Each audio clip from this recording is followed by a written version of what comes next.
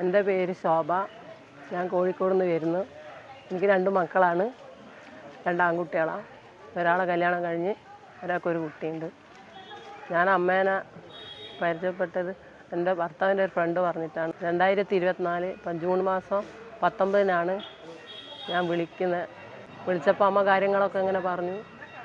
22-ന് ഞാൻ പവർ എടുത്തു. എനിക്കാണെങ്കിൽ ആദ്യം തീരെ വയ്യാത്തൊരവസ്ഥയാണ്. 2009 വന്നതാണ്. അപ്പോൾ ഏത് ഡോക്ടറെ അടുത്ത് പോയാലും ഓപ്പറേഷൻ ചെയ്യണം. നടുവിനാണ് ആദ്യം പ്രശ്നം വന്നത്.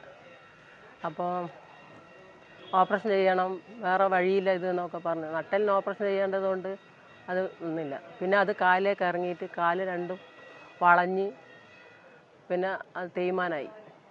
അപ്പം പിന്നെ കാലിന് ചെയ്യണമെന്ന് പറഞ്ഞു. ഫസ്റ്റ് നടുവിന് ചെയ്തിട്ട് പിന്നെ കാലിന് ചെയ്യാം, അങ്ങനെയുള്ള ഒരവസ്ഥയായി. അതിന് പേടിയായിട്ട് പോയില്ല. പിന്നെ ആയുർവേദം കുറേ കോട്ടക്കലൊക്കെ കിടന്നു, അതിനൊന്നും ഒരു ഇതുമില്ല. പിന്നെ അമ്മ എൻ്റെ ഇത് പറഞ്ഞപ്പോൾ ഇവിടെ വിളിച്ചപ്പോൾ അമ്മ ഫസ്റ്റ് പറഞ്ഞ് പിന്നെ ഇപ്പം ഇങ്ങനെ പവർ എടുക്കണം എന്നാൽ ഇതാവുമെന്ന് പറഞ്ഞു. അന്നേരം ഫസ്റ്റ് വെളിച്ചെണ്ണ കുറച്ച് വേദനയുള്ള സ്ഥലത്ത് ഓം ശ്രീ കൽക്കി ദേവി എന്ന് പറഞ്ഞിട്ട് 108 പ്രാവശ്യം പറഞ്ഞിട്ട് തേക്കാൻ പറഞ്ഞു. അങ്ങനെ തേച്ചു.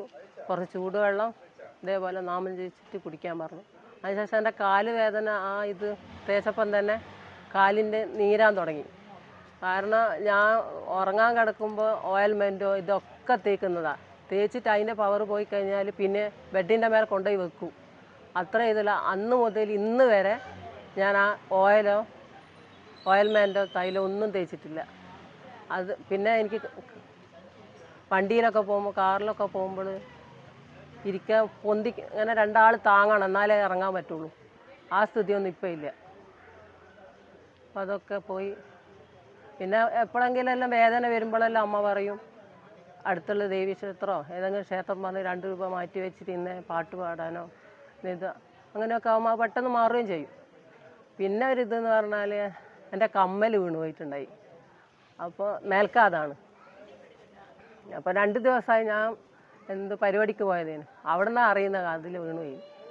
അപ്പോൾ അത് ഞാൻ പോയിന്നില്ല, ചെറിയൊരു സാധനമല്ലേ. അപ്പോൾ ഞാൻ 2 ദിവസം കഴിഞ്ഞിട്ട് അമ്മേനെ വിളിച്ചിങ്ങനെ പറഞ്ഞു. അപ്പോൾ പറഞ്ഞു എവിടെയും പോയിട്ടില്ല, വീട്ടിൽ തന്നെ ഉണ്ട് എന്ന് പറഞ്ഞു. അപ്പം തന്നെ അത് എൻ്റെ മനസ്സിൽ ഇന്നെടുത്തുണ്ട് എന്നുള്ളൊരിത്, ചെറിയൊരു സാധനമല്ലേ, അപ്പം തന്നെ കിട്ടുകയും ചെയ്തു. അതേപോലെ എലി, ഞങ്ങളെ കാറിൻ്റെ വയറൊക്കെ പൊട്ടിച്ച് ഭയങ്കര പ്രശ്നമായിനേന്.